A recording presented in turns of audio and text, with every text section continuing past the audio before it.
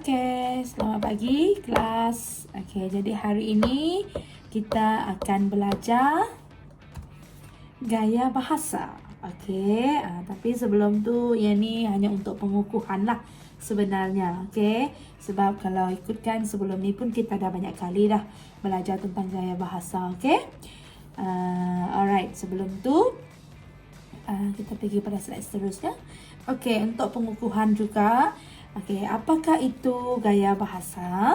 Okey, gaya bahasa ialah cara pengarang menyampaikan isi pemikirannya melalui bahasa-bahasa yang khas di dalam karyanya yang bertujuan untuk menimbulkan kegramatisan ayat. Apa tu ayat yang gramatis? Maksud ayat gramatis ni ialah ayat yang mempunyai bahasa yang indah. Okey? Sebab bila kita baca novel, kita baca cerpen, sudah semestinya kita nak baca ayat-ayat yang indah. Okey? Itu maksudnya. Okey? Menimbulkan kegramatisan ayat.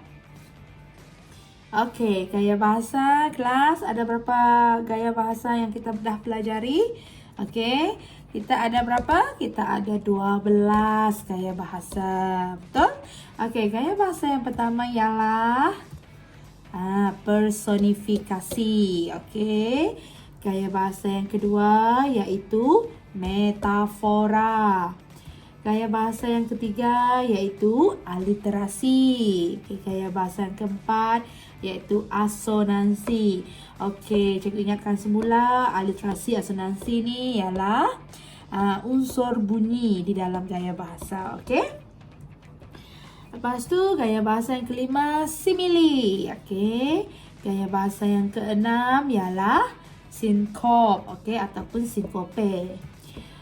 Gaya bahasa yang ketujuh iaitu hyperbola. Gaya bahasa yang ke-8 inversi. Okay, gaya bahasa seterusnya anafora. Yang ke-10 ialah epifora.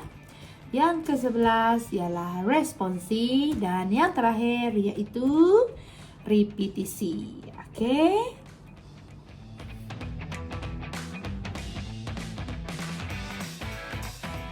Okey, baiklah. Adakah para pelajar masih ingat lagi dengan patung puncak gaya kita? Okey, yang ni siapa yang masih ingat tu? Okey, kita refresh balik. Okey, kita buat aktiviti pengukuhan lah. Alright. Jadi sebelum tu, okey, tengok lukisan cikgu ni, ingat balik yang kita pernah lukis di dalam kelas. Okey, so gaya bahasa yang pertama iaitu hyperbola. Okey, apa maksud hyperbola kelas? Okey, hyperbola ni tengok ni rambut yang banyak ni. Maksudnya ialah perbandingan yang tidak logik ataupun melampau ataupun secara berlebih-lebihan. Contohnya matanya berapi-api. Jadi maksudnya di sini mata kita ni mustahil dia berapi-api. Tetapi kita maksudkan dengan gaya bahasa hyperbola.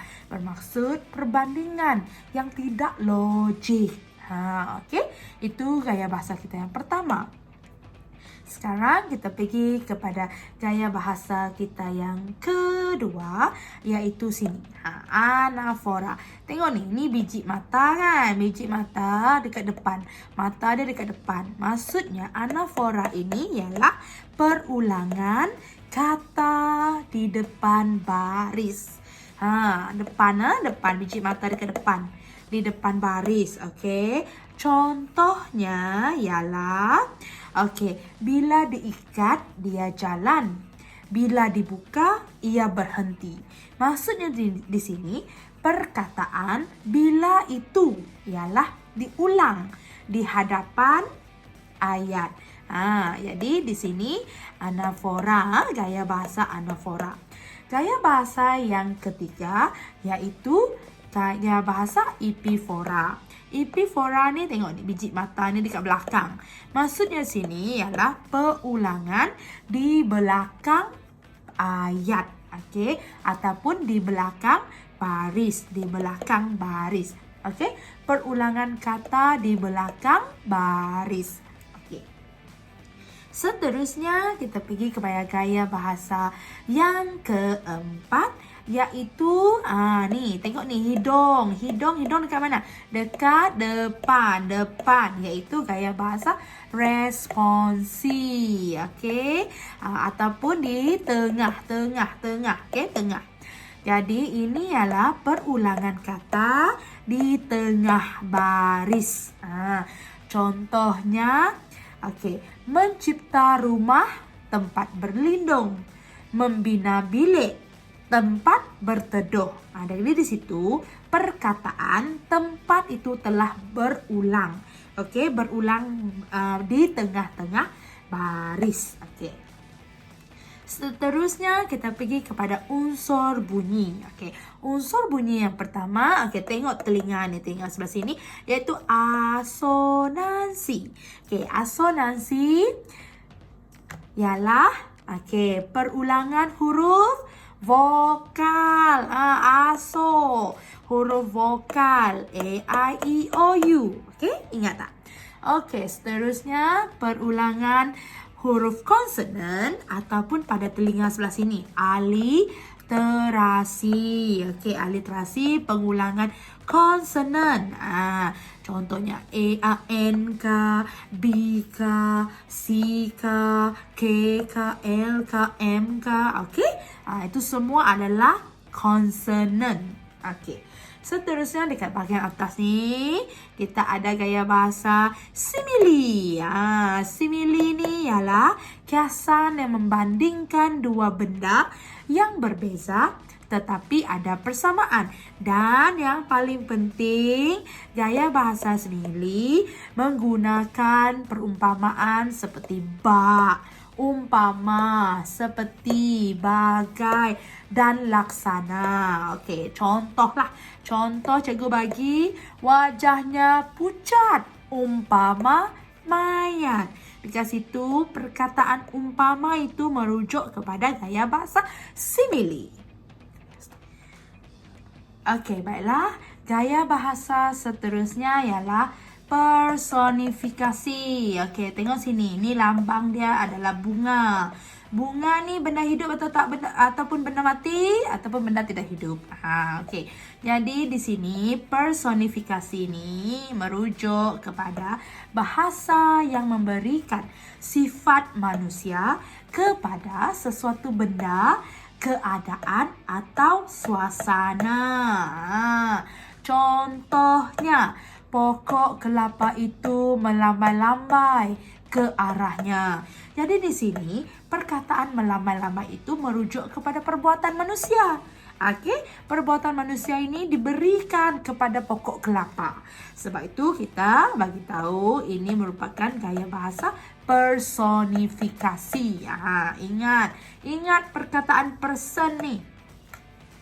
Baiklah, seterusnya gaya bahasa repetisi. Repeat ialah berulang. Repetisi ialah pengulangan perkataan dalam ayat atau rangkap yang sama. Contohnya, tenaga pemuda, tenaga bererti. Perkataan tenaga itu telah berulang di dalam baris yang sama. Okey, dan mungkin juga perkataan tersebut boleh berulang pada rangkap-rangkap seterusnya. Okey? Baiklah, itu repetisi. Seterusnya kita ada gaya bahasa inversi. Inversi ni ialah pembalikan kata. Okey? Pembalikan susunan kata. Contohnya, sehat badan, wajah berseri. Sepatutnya sehat badan, wajah berseri itu ialah badan sehat, wajah berseri. Okey? Itu adalah gaya bahasa inversi. Okey, perkataan yang terbalik. Seterusnya, ataupun yang kedua terakhir, iaitu tengok skirt pendek. Skirt pendek mewakili gaya bahasa sinkope. Tengok perkataan ni, sinkope. Skirt pendek, ingat skirt pendek tak? Maksudnya sinkope ni ialah singkatan perkataan. Contohnya, tidak jadi tak. Okey, kamu jadi mu. Okey? Boleh Dan seterusnya adalah gaya bahasa yang terakhir, yaitu metafora. Oke, metafora ni ialah antara abstrak dan juga konkret, ataupun bahasa kiasan yang tidak menggunakan kata-kata bandingan. Metafora ini boleh terdiri daripada konsep, logik dan abstrak. Contohnya lautan fikirannya, ataupun contoh lain bintang kehidupan. Bintang boleh tengok, kehidupan kita cuma dapat bayangkan sahaja. Boleh boleh, itu adalah metafora. Baiklah, jadi semua ingat lagi, setiap 12 gaya bahasa berserta dengan maksudnya. Lepas ni kita akan melihat contoh-contoh gaya bahasa yang terdapat di dalam novel yang kamu pelajari.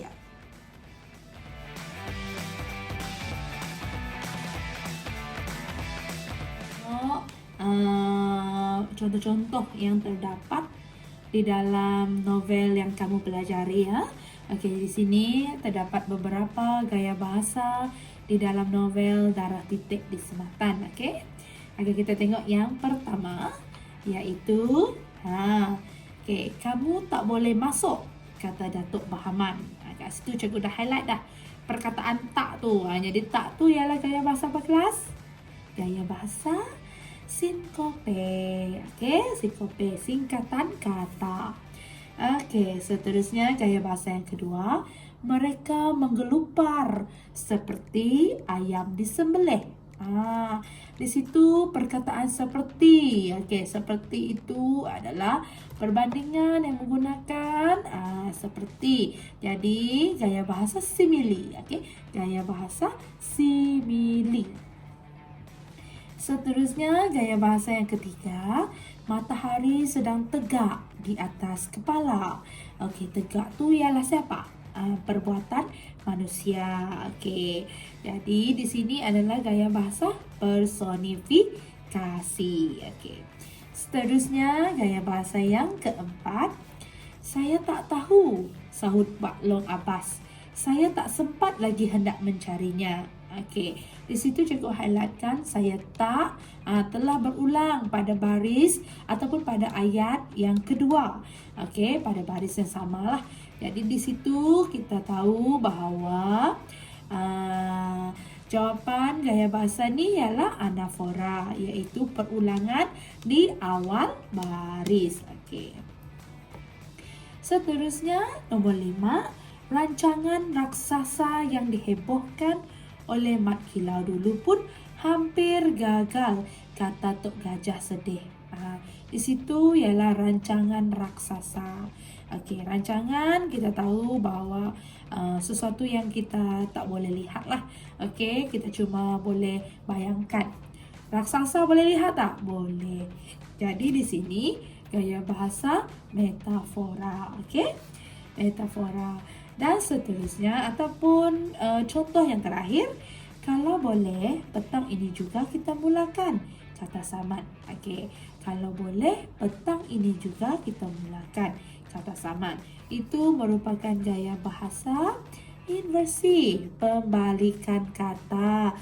Kenapa kelas? Macam mana ayat yang betul? Bagaimana ayat yang betul? Kita tengok. Ayat yang sepatutnya ialah kalau boleh kita mulakan petang ini juga, kata Samad. Di situ ada unsur pembalikan kata. Jadi mewakili gaya bahasa inversi.